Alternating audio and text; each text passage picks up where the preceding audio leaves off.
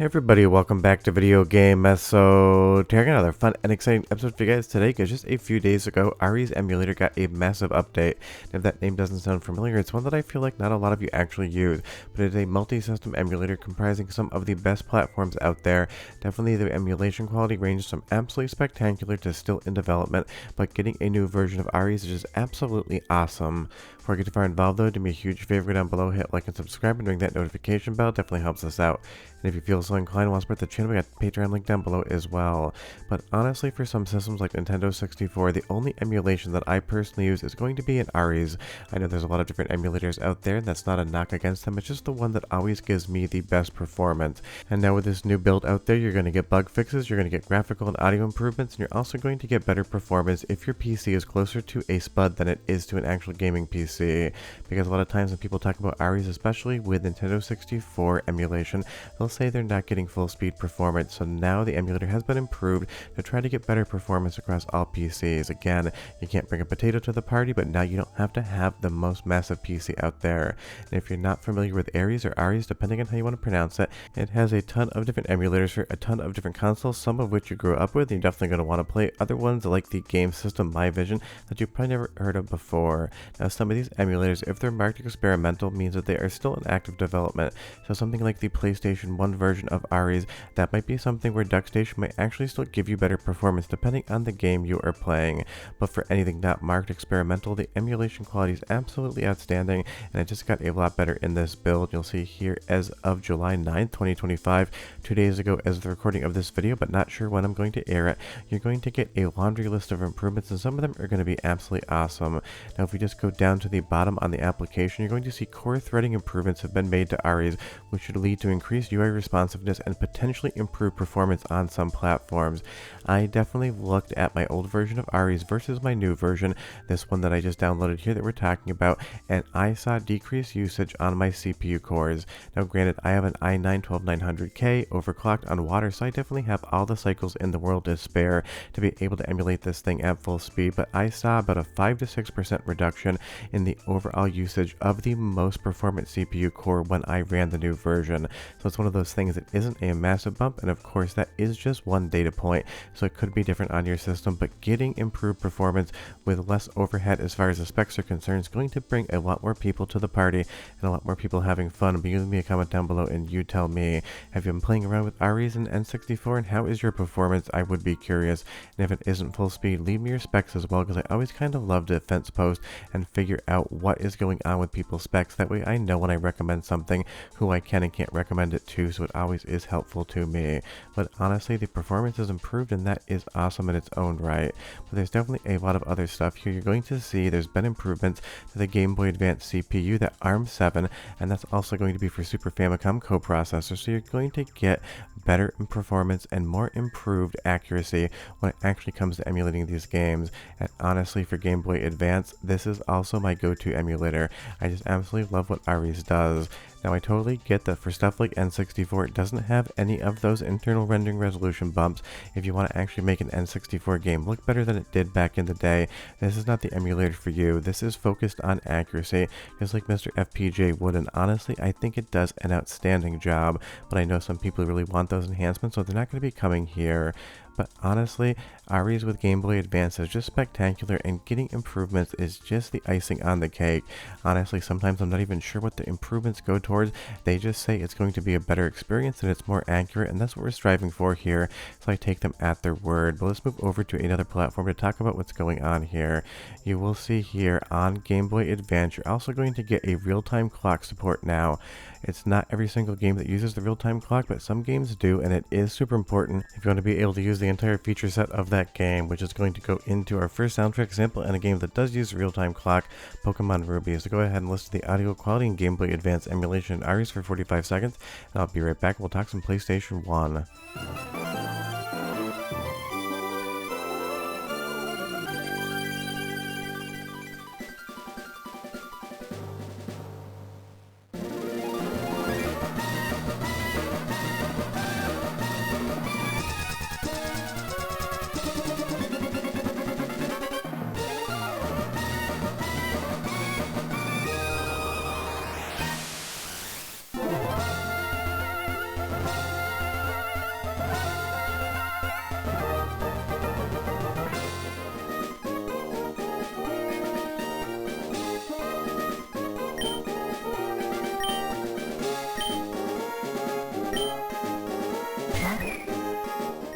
Sounds good to me, which is to say Game Boy Advance audio quality never sounded great in the first place. It's a little tinny, it's a little hollow, but just down to the fact that those ROMs are not huge whatsoever.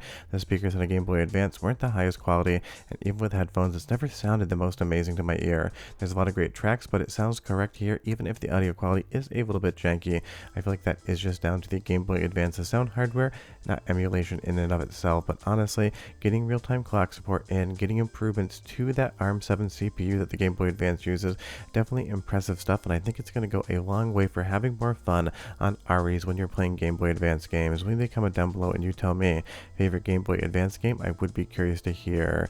Now moving over into the N64, I lied, I thought PlayStation 1 was next in my edit. You're going to see Game Boy Color titles are now selectable for use with Transfer Pack. Now that is a small thing, but it's going to be very popular for some people out there that love playing Pokemon Stadium, because you'll see here you can actually load certain Game Boy Color games into that actual game itself if you had a transfer pack back in the day. So doing it virtually is an addition to this new version of Ares, at least as far as I can tell from the notes. I never tried to do it before, but they say it's new, so I'm taking them at their word for it. But you can definitely play around with this. You can transfer things in and out, and it is going to be a fun time just kind of playing around with things like that. I'm not sure how many people actually did this back in the day, so leave me a comment down below. Did you have a transfer pack, and were you using your Game Boy Color cartridge for Pokemon on your actual N64? You'll also see on Game Boy Color didn't capture footage, but there's going to be some graphical bugs fixed up, and as far as Sega SG-1000, 3000, and Master System improvements as well, if that's for you.